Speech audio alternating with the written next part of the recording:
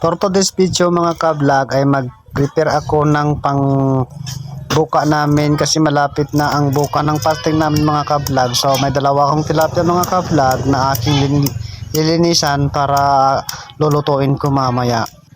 Sabi ng iba kasi mga ka-vlog, pag panahon ng Ramadan mga ka-vlogs ay wala daw gastos ang mga Muslim.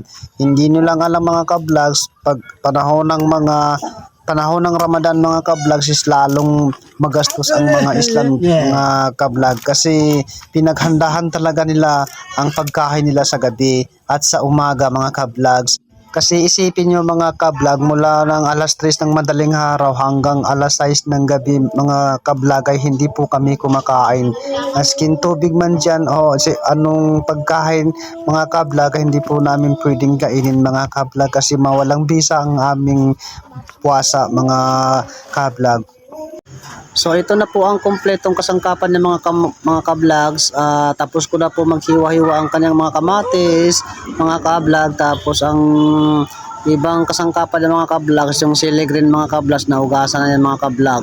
So yan yung tilapiyang inano ko kanina, natawan ko kanina mga ka-vlog. So yan yung lahat ng kanyang mga kasangkapan mga ka-vlogs para planuin ko ng lutuhin mga ka-vlog. Pero ang masaklap dyan mga ka-vlogs, yung aking partner mga ka-vlogs ay ang sabi niya, ang unahin niyang lulutuin daw mga ka-vlogs ang aming gulay. So andyan ang gulay mga ka-vlogs, ang lulutuin po ng aking asawa mga ka-vlogs. So sige na lang, ang unang lutuin namin mga ka-vlogs yung gulay mga ka-vlogs bago ang tilapia mga ka-vlogs. So ito na magandang hapon po mga ka-vlogs, lutuin ko na yung isda mga ka-vlogs. Hindi ko na nakuha ng video yung pagluluto ng gulay mga ka-vlogs kasi may pinuntaan ako mga ka-vlogs. Bumili ako ng yelo at kung anong kasangkapan para sa aming pagbuka.